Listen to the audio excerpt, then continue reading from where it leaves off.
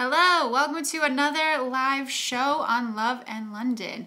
Wow, we've had 2 of these in the past week or so. Lucky ducks. Just wanted to hop on and say that you will be getting an email about this soon if you're on my email list, but I've actually just launched a new service for those of you who want to work with me one-on-one to have an itinerary planned for you for London, or to just talk through any questions that you have for your trip to London. Then you can do my London trip planning consultation services. And yeah, so that's pretty exciting. It's launched today. I've already done a few with some people that have reached out to me privately asking to get some help with itinerary planning and just like to kind of go through all like questions that they've had. And it's been really great talking with you guys, and they've found it really helpful. So I figured I would offer it out to everybody else. So yeah, so if you go to my website, loveandlondon.com, you will see on one of the menu tabs that there is the London planning consultations. And if you, sorry, I've lost my train of thought because I see all the comments coming in. I will get to you guys in a second. If you are on my email list, you'll get an email about it, I think in a couple hours. So yeah, really exciting. Just another way for me to help you guys out with your trips to London. I love it. It's great. So yeah, let's say hi to everyone. Hi, Evie. Hi, Pellin. Sarah, good to see you again. Sarah, you're at work, aren't you? A whip-licking scientist? Nice. Going to London next summer? Cool. Scott. Good to see you, Scott. Any chance you'll offer just the guide to London map by itself? Probably not, because just the way that the map is set up in Google Maps, there's no way for me to add links or anything to that. So I prefer to be able to put like the links to the restaurants and where you can buy tickets and stuff in there. So I think it's a little incomplete without the actual guide. That's a good question though. Sarah, you are at work. Knew it. Sarah's always at work when she joins these things. She sneaks in. Hey, Rick. Viknez, hello from Kuala Lumpur, Malaysia. Cool. The world through my eyes. Hi from Romania. Awesome. Charlie, hello. Maria, hello. Oh, awesome. Guillermo, good to see you. Always good to see you popping on here. Emily, you're moving to Bath in January. Very cool. Where are you moving from? Hi, Lisa. Emily's here. Awesome. Serhat, Beatriz, new subscriber, definitely going to check out more videos. Awesome. Oh my God, I've got so much London stuff on here. Stephen from South Gloucestershire's on here. Rick's at London too. I'll be in London on September 3rd, staying in Shoreditch. Awesome. Jean's here. Vanky's here. Awesome. So, yeah, if you guys are just joining in, then I was just talking about how today I'm launching, and you'll get an email about this if you're on my email list already. That is, you definitely always want to be on my email list because that's where I send out all of the information about this kind of stuff. But I've just launched some trip consultation services. So if you need help with planning your days out when you're here in London, I can do customized itineraries for you. Or if you just want to like have a coaching call with me and we talk through all of your concerns and your questions about your trip to London, then I will walk you through everything, and then I will also send you a whole PDF guide of everything that we talked about plus more. But yeah, you'll get an email about that today if you're on the list. If not, you can go on my website, loveandlondon.com, and you will see in the menu the option to do that. And I'll put also, if you're not watching this live, I'll have a link in the description. Whip-licking scientist is going to be in London next summer. Oh, Evie's supposed to be at school right now.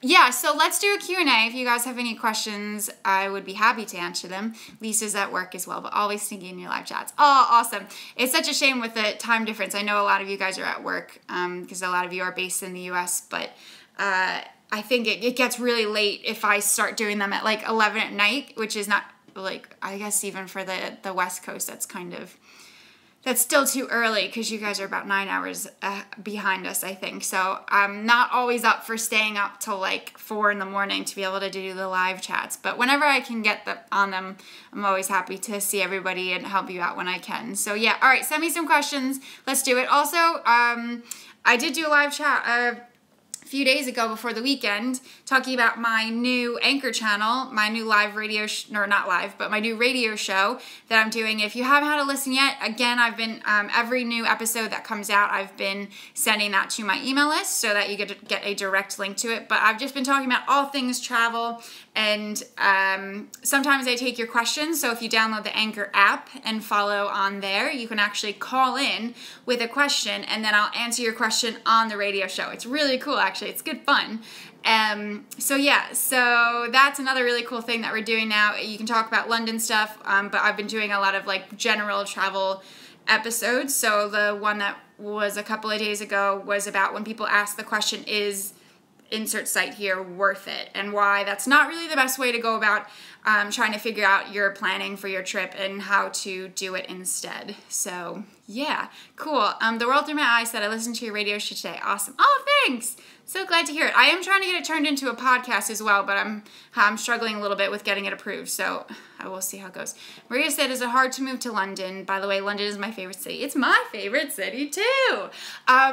Maria, I'm not sure what you mean, like what aspect of it. I didn't find it too hard once I got my visa and stuff. I kind of just threw my stuff in a bag and came over, so it wasn't too bad at all. Sarah said, podcast it. Yeah, I will. I'm working on it so that I can be on the iTunes store, so that, or not the store, whatever the Apple podcast thing is, because I know I personally even really like to listen to stuff on there as well. So, hi Douglas. Lisa, Winter Wonderland. Do I need to go? Love Christmas. So, I would avoid Winter Wonderland during the weekends and then the evenings. It gets like stupid amounts of crowded there. I've been, but I wouldn't say it's like my favorite thing to do. There's loads and loads of other Christmassy stuff you can do here, Lisa. Like, I'm talking about everything is so Christmassy themed. There's afternoon teas. Sometimes they even have like alternatives to Winter Wonderland. I don't think they had one last year, but they might do it this year.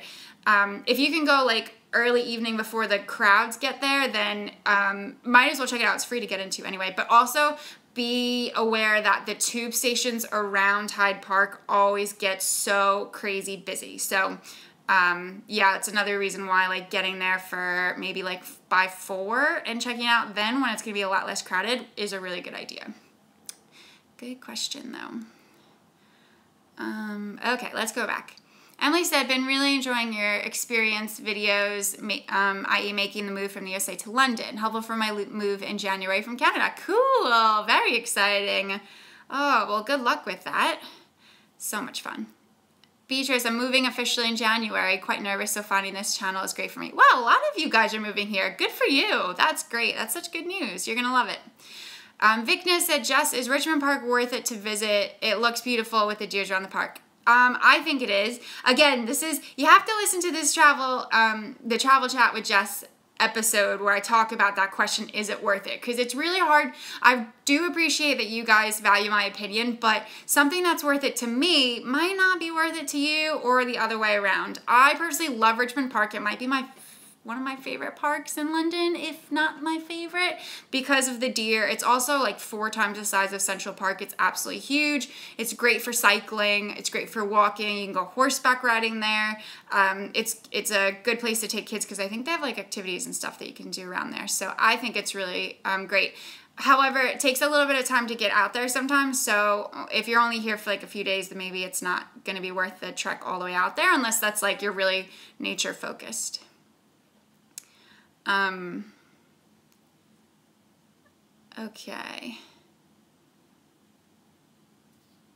Okay, Scott said, unfortunately we're staying in Heathrow. Planning on our trip in October. Since we're staying so far, what time should we plan on ending our day to head back daily? So the tube stops running on Friday and Saturday. Well, actually, I'm not sure how far. I'm not sure if Heathrow's on the night tube path right now. It might, and also it might change by the time you get here.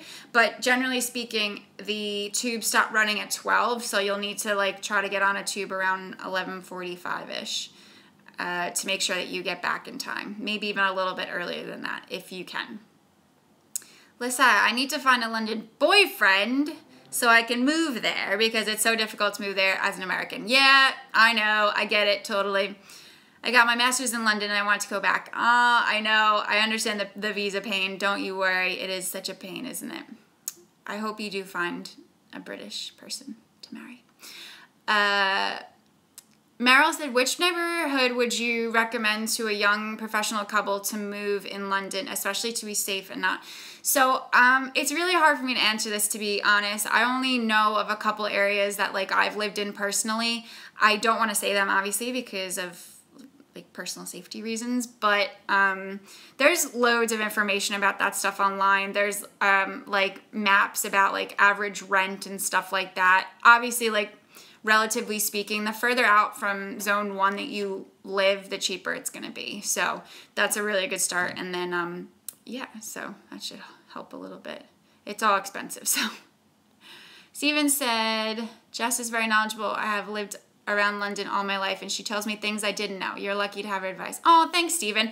I think actually what's really cool about my situation is that because this is still, I guess, relatively speaking, it's still kind of a new city for me. I feel quite passionate about still exploring and trying new things. And I have a lot of friends that are the same way because a lot of my friends are also in the same situation as me. And not everyone knows if they're going to be here for the long term and blah, blah, blah. So I really like feel quite motivated to go and actually check out new things and try new things and explore, as opposed to my like British friends that lived in London or outside of London for most of their lives. And they always say, oh, Jess, you've done, and like, you know so much more about London and you've done so much more of London than I have, and I lived here all my life. And it's because I think it's still like a new thing for me, and there's just so much to explore. So I really find it.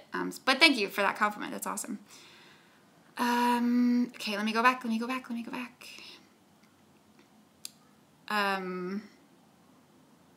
Sirha, what do you think about starting a career in England before you never do it in your country? I'm not really sure what you mean by that. I'm not really the best person to ask for career advice, or I only have my own experience, and I don't know what your industry is, so I'm probably not the best person to answer that, unfortunately. Petrus, are you familiar with Peckham Rye Park? I mean, I've heard of it, but I've never stayed there. Bowtie, have you been to Deer Park? I'm not sure. No, I'm not sure. I've never heard of that before, I don't think. Or are you talking about Richmond Park, where the deer are? Vanjie said, hi, Jess. Can you give me some idea how much is the cheapest air ticket going to London? You gotta give me more than that. Where are you coming from? Are you coming from, like, France? Or are you coming from New York? Or from India? It's hard for me to say. Hi, Dave. Good to see you. Deer Park, a.k.a. Richmond Park, Bowtie said. Yeah, I really like Richmond Park. It's one of my favorites. It's lovely. It's really good for cycling around there. Oh, bye, Sarah. I don't think I caught you before you said bye. Viknes, coming to London in middle of April next year, do you think my trip will be affected by Easter Day celebrations? Is that when Easter is? I don't even know when Easter is next year, to be honest. I don't know if it's going to be affected. A lot of stuff, because it's not, I wouldn't say we're like super, super religious here. So there's, most things will still be open, and it's a bank holiday. So there's usually a lot of cool activities going on because there's, people have the Monday and the Friday off. So it's good fun usually. Lisa said, Jess, how was Scotland? Scotland was awesome. So this past weekend, I was up in Edinburgh for it's kind of like my birthday thing, but the month of August is when they have Fringe Festival, and it's like a month-long, it's mostly a comedy show, but then they also have theater performances and music performances, and we saw some really good stand-up comedians, and had some really nice drinks and great food, and it was such good fun. It's really nice and cheap up there too. The city's really cool, so yeah, it was good fun. Thanks for asking. Okay.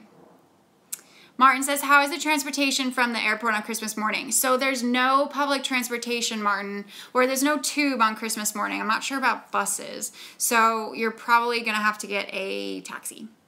But also, I don't know what airport you're coming from. So there's like 6 airports here. So I would check the website of the airport just to see, because if you're coming from Heathrow and you want to take the tube, you won't be able to do that. If you're coming from, I think if you're coming from Gatwick, you won't even be able, you might be able to get the Gatwick Express, but I'm not 100% sure. It will definitely be reduced or no services, so you might have to take a taxi. Or National Express might have buses as well, so look into that. That's a company that does like shuttle buses.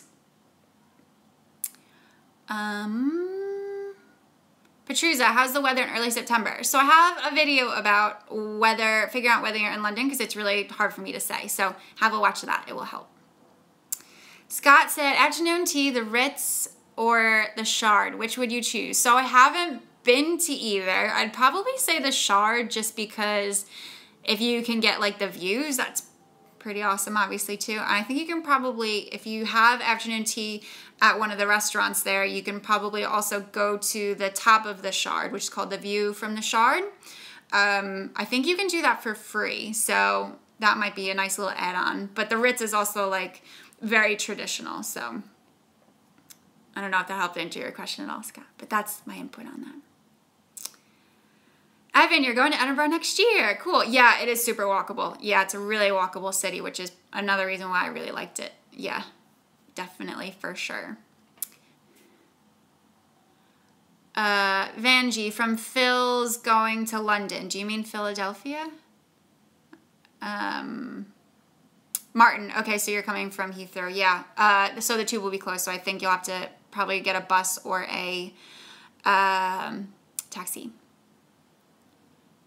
Viknes, what SIM card is the best to get in London? Can I use it in Amsterdam and Paris as well, not roaming? So since there are no more roaming charges for countries in the EU right now. So if you get a SIM card in the UK, for the moment, since we're still in the EU, you won't have any additional roaming charges if you use it outside.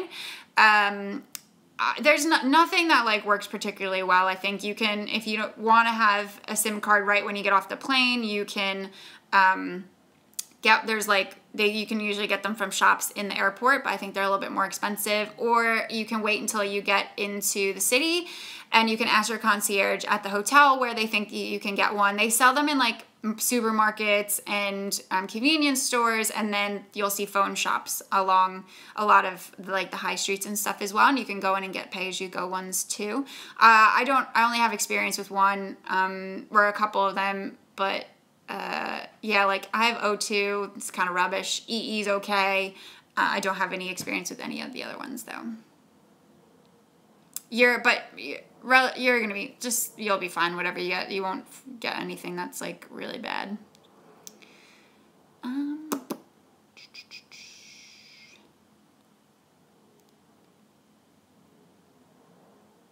How's the crowd in Bath mid-September? I haven't been there personally mid-September. It'll start to die down a little bit from like the craziness of the summer.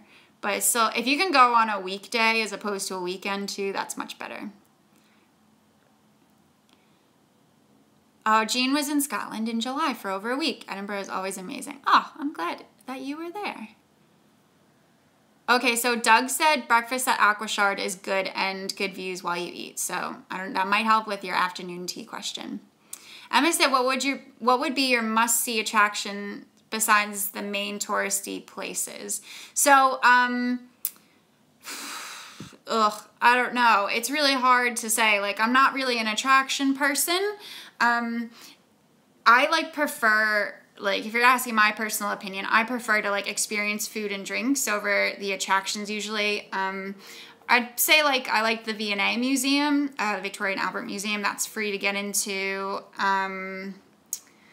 Yeah, I'm not really a huge attraction person, so I do try to help you guys out with that as much as I can, but it's not my thing. If you want to know the things that I say are that you must do when you're in London, I do have, if you click on in my Instagram bio, or if you go to my website, I have a free course that's the 7 things you must do when you come to London, and you get 7 days of emails, and it lays out the things that I think you definitely must do when you're in London. So I definitely think that would be perfect for you.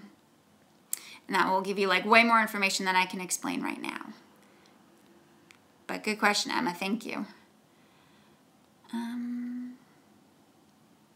Olive's coming to London from Barbados on Tuesday. Cool. We're going to have a little bit of different weather than you're used to, I think. So hope you're packing your cooler clothes. Martin said, what is the best thing to do on Christmas morning with the family as we are tourists? So Martin, a lot of stuff's going to be closed on Christmas morning. The Time Out London always has a really good list of things that are open on Christmas Day. It's gonna be more in restaurants and stuff. I'm not sure any of the there are actually, I think, a few museums that will be open and a couple of attractions, but most stuff's gonna be closed. But if you go on Time Out London, even if you just search in Google Time Out London Christmas Day, it'll pop up really easily, and it'll give you an idea of what you could do. Jack, are you British or American? I can't tell where you're from. Oh dear, I'm American, but I live in London now.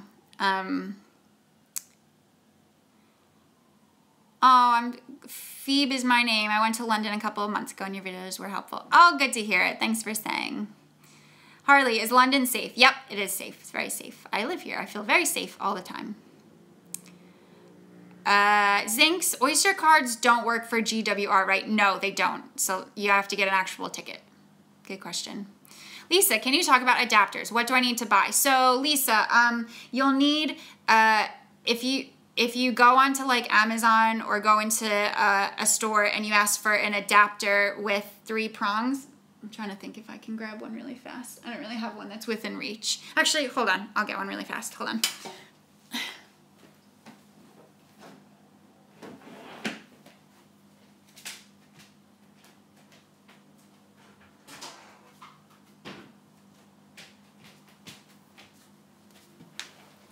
Okay, I got the bottom of my kettle to show you.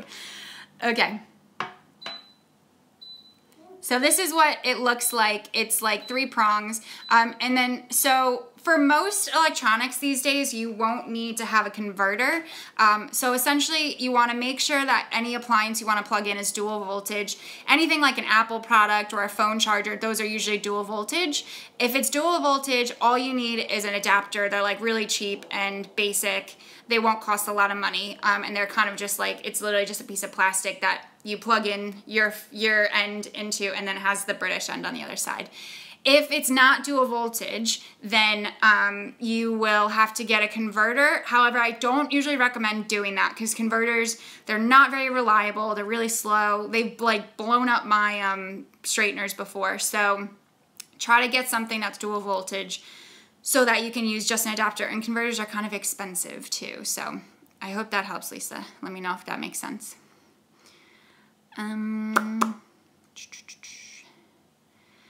Phoebe, have you ever been to Brussels? If yes, any recommendations? I have. It was quite a while ago, though. It was when I studied abroad, because I studied abroad in Antwerp.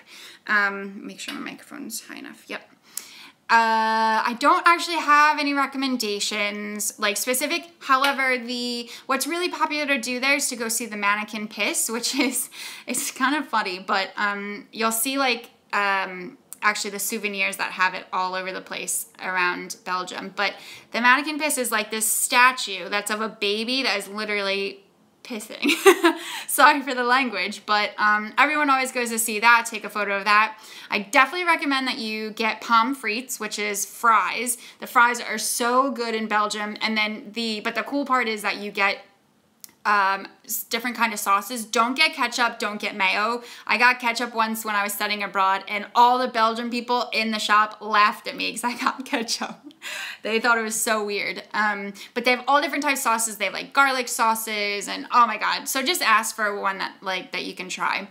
And then also the waffles are really good, but like try to go off the beaten path a little bit and get something a little bit different. You can get like waffles with like Nutella on them and stuff like that. And that's probably, oh, and the beer, obviously. There's lots of really good beer there in Belgium. So try like all different types of like boutique Belgian beers. Hope that helps. Cool. Okay.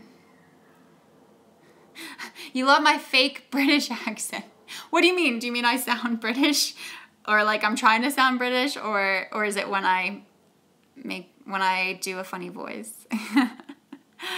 How cold is London in April? I need to wear layers. I heard the weather's not predictable. It's not predictable, so it's hard for me to really say. Yeah.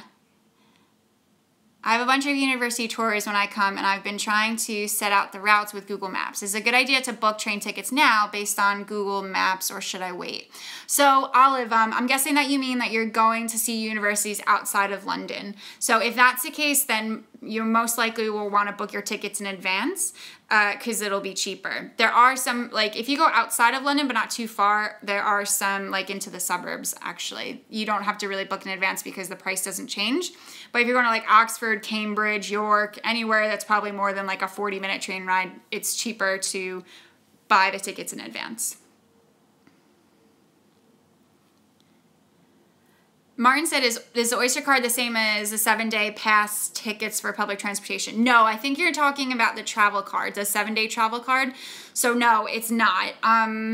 So the 7-day travel card, you buy that and it's for 7 consecutive days, and it will be like for a certain amount of zones. So it kind of depends. It's like hard for me to say right here and there which one's gonna be better for you. I do have a couple of videos on this, so if you look for my travel card video, it will explain the differences. It's not gonna be like a huge amount of money saved. I guess like if there's maybe 4 of you traveling, then it will be, but they are different. And as opposed to the Oyster card does have daily caps on it. So if you only travel through zones 1 and 2, for example, no matter how many rides you take in a day, you're going to pay £6.60. So if you get a travel card though for that, for zones 1 to 2 for 7 days, it is going to be a little bit cheaper. It's not like huge amounts, but if you watch that video, I know it's a very confusing thing to figure out. So watch the video. It's going to be easier, I promise.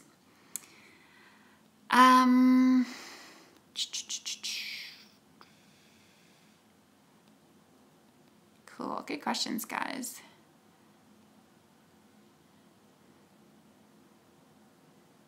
Lord Dean, I'm in London right now. I need a Korean restaurant near Canning Town. That's very specific. I don't know any near Canning Town. Sorry. Any suggestions for students coming in September? Will be studying at UCL. I do have a video about things to know as a student, because I was never a student here, but I did have this girl, Gabby, who came on and she gave some really good tips for people who will be studying abroad in London. So instead of me trying to reiterate that stuff, I think if you go and watch that video, it will explain things way better because she has some really good tips in there.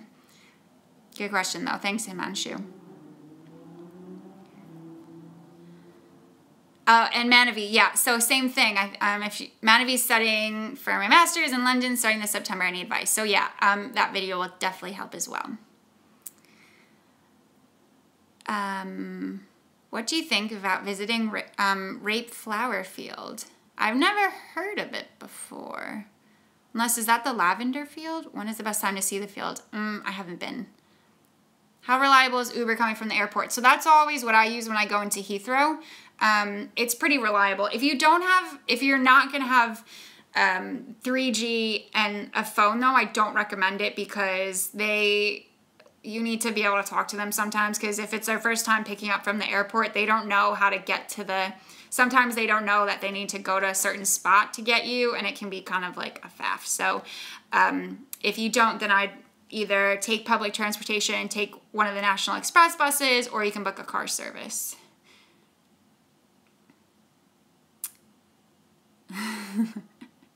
Oh, okay. The world through my eyes. I see what you mean. Thank you. Okay. Esperance is here. School's out. I made it. Awesome. How is the weather now in London? We'll be there in 3 weeks. Kathy, it's been up and down. We've had, like, last week I had some decent days. It's not been warm at all. And then we've had a lot of rain. So I wouldn't check the weather before you get here, but because it could change. Like when you get here, we could have a heat wave and it'd just be crazy. So yeah, just check, because it could totally vary. Like one day I'll be in a sundress and the other I'll be in jeans, a leather jacket, boots. It's crazy here. It's not the summer as I ever grew up, but I'll tell you.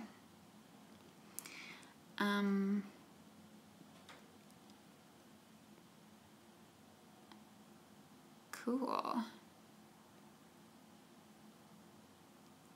Zinc said any evening sky bar you can recommend. Yeah, so there's Madison, which is, yeah, I guess you would kind of call it a sky bar.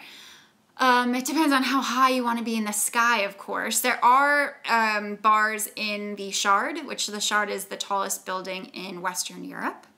There is Rumpus Room is like the best, been voted the best bar in London.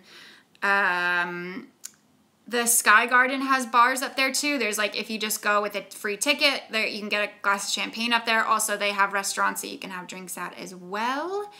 Duck and Waffle, you can go up. You don't have to have a reservation if the bar's not full. You can, and that is the 42nd floor, the 44th floor, I believe, Duck and Waffle is. You can go and have a drink there. Sushi Samba's right below. It's the same deal. You can also go to the top of the AXO Tower. My advice with all these, though, is that get there early before the work crowd gets there, because all those places will get busy. Yep, Evan, exactly. One new change. That's where Madison is. You got it. Good one. Cool. What do you wear for London? Because I'm coming on September 8th. So, Harley, hard to like pinpoint exactly, you know. You don't have to worry too much about what you wear here. I do have a video about it where I help to guide you. I do get this question a lot. Don't stress out too much about what to wear.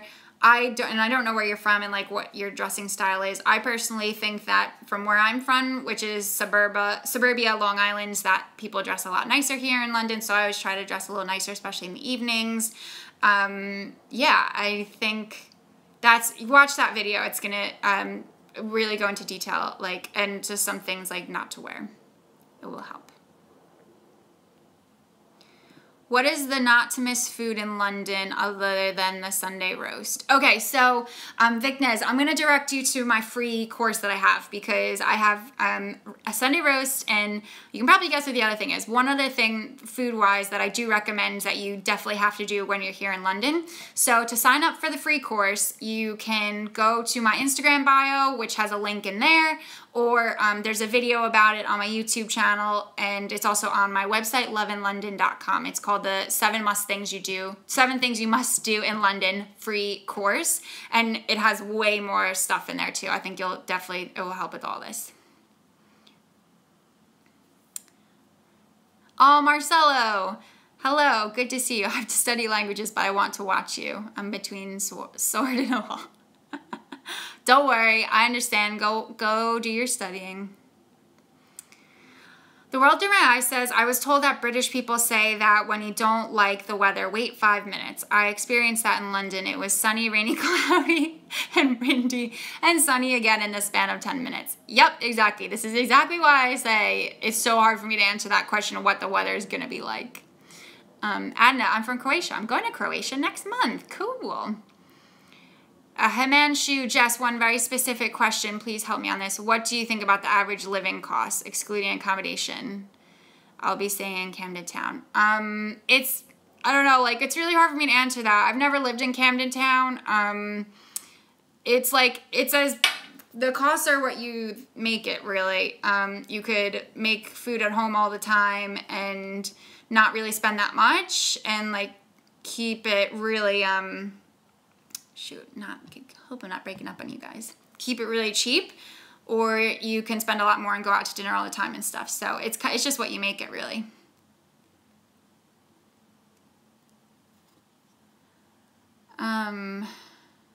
Martin said, can you explain again about the zones in London? So the center of London, which is where all like the big touristy attractions are and such, is called Zone 1. And then the zones kind of like go out as like a bullseye. So Zone 1's in the middle, then Zone 2 is out here, Zone 3, Zone 4, Zone 5, blah, blah, blah.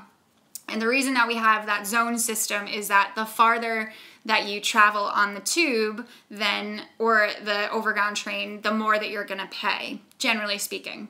So when people like talk about how far they live outside of London or how far outside of the center that their hotel's in, sometimes people refer it in zone terms. So people will be like, oh, but I live in zone 5, so like I'm really far out there. Or I live in zone 2, so I'm pretty close to all this stuff. So yeah, so in my accommodation book, it sounds like you might have read that already, but generally speaking, I say like trying to stick within zone 2. And then maybe out into zone 3, you're going to have to travel a little bit more in, but you'll also probably save a lot more on accommodation than if you're in zone 1.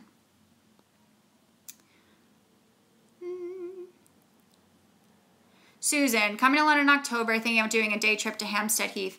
You don't have to do a day trip. It's really close. It's in London. So, yeah, I mean, it's a green park. There's swimming there, but you won't, not in October. And yeah, it's meant to be really beautiful. I'm planning on actually going up there in the next couple of weeks with, 2 people that are actually going to be, guesting on the channel in a couple of weeks. So, but you don't need a day trip for it if you want to go check it out.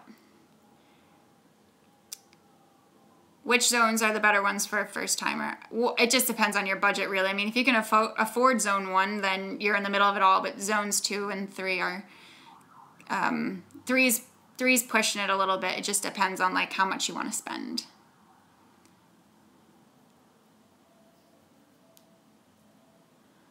What app do you recommend in London, like City Mapper, to explore? So City Mapper is what I use, and then honestly, I just use my own custom map that goes along with the local guide to London. So if I'm ever like out and about and I need, sorry, my back really hurts, and I need like a recommendation of like a place to go or something, or I'm trying to figure out where to have lunch, then I just use the map from the local guide to London that I made, and I just like pull off one of my recommendations from there. So the local guide to London, it's my paid guide that has, there's a PDF guide with all my local recommendations for food and drink and things to do. And then you can also buy the package that has the Google Map. So when you're like out and about and you need something to do or a place to stay, you can pull out the map, pull out your phone, pull the map up on Google Maps app, and you can see which of my recommendations are around you. But that's actually really all that I used when I'm around London, so.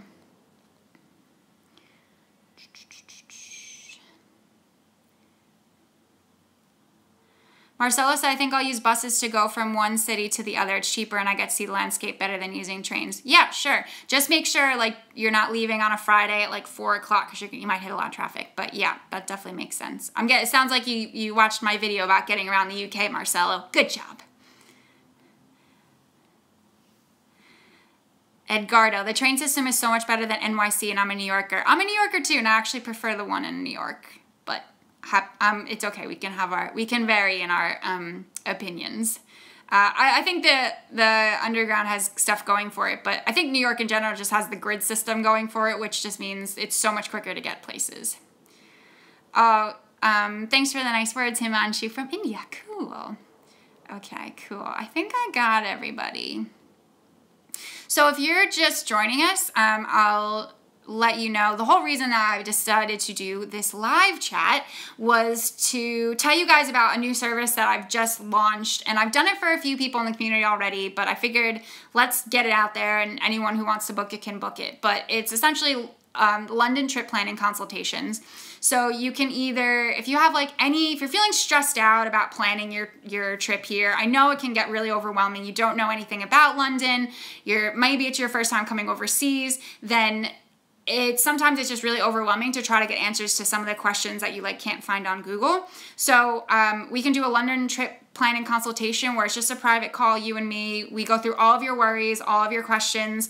I answer everything for you, and then I send you a custom PDF where it has answers to all the questions, plus more information that I might not have given you the first time around.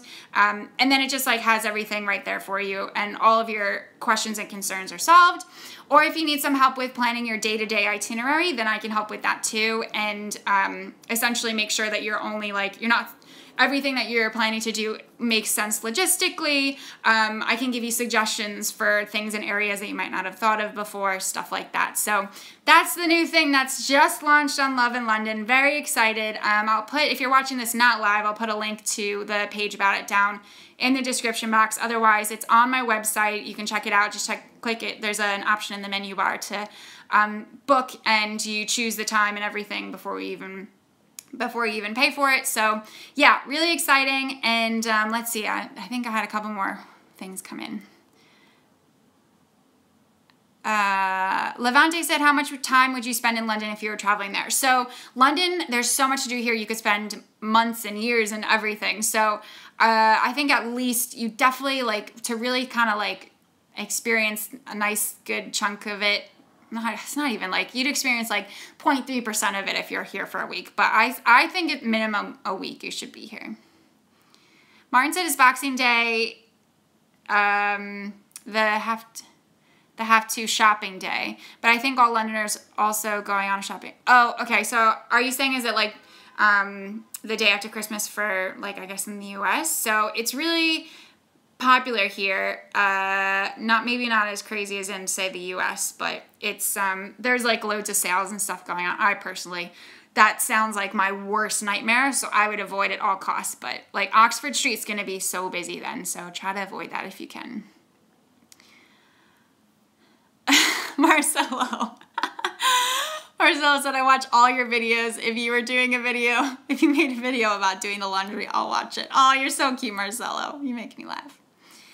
Martin's art is the 27th December also still on Christmas sale. Yeah, it is. Yeah. They usually have pretty good sales up until like into January, I think. Rick said, is Stonehenge worth the visit? Is it a day trip? I don't think it is, Rick, but there's people in the community that went and they loved it. So, yeah, is it worth the question? It's a really hard, I can't really be it's hard. It's a hard one. I don't think it is. I don't think it's worth it, but yeah. And if you're only here for 6 days, I don't know. There's just so much great stuff to do in London, and you're going to spend 2 hours on the bus to get there. You're going to be with all the tourists, blah, blah, blah. I like crowded around with all other people, and you're going to pay whatever for that tour. So I don't think it is. Oh, Dave said people go to football matches that day. Huge football day. On Boxing Day. Look at that. Dave knows more than I do, but Dave's a big football fan, aren't you? So you know that stuff way better than I do. Vignes, have you been to the Cotswolds? No, I haven't, but I've heard it's really lovely. Yeah, Rick, I think I'd rather see the city. Yeah, I totally agree that I think you'd prefer that for sure. Douglas, when I come back to London next month will be my 14th time since 2008, and I haven't done everything as I come down for things like Comic-Con, LOL. But even if there's people that live here for years and years that haven't done everything, that's part of the reason why I love this place. There's just always new things to be exploring and trying. Jean said, so much to do and see is why we have an A-list, B-list, C-list, and go to London every July. Yeah, Jean comes all the time. So, yeah, but that just goes to show, you guys have been loads of times, haven't you? So, it just goes to show, like, there's just always cool new things to do, especially in the summer. There's just, like, so many things to do. Mohit, it's your birthday. Well, happy birthday. Okay. I think I got everyone now. Okay, everyone, thank you so much for joining me. I'm going to end it here. Make sure you check out the local guide to London and then my new consultations that I'm doing. It's all on my website. Have a look there, and I will speak to you guys soon. Thanks. Bye.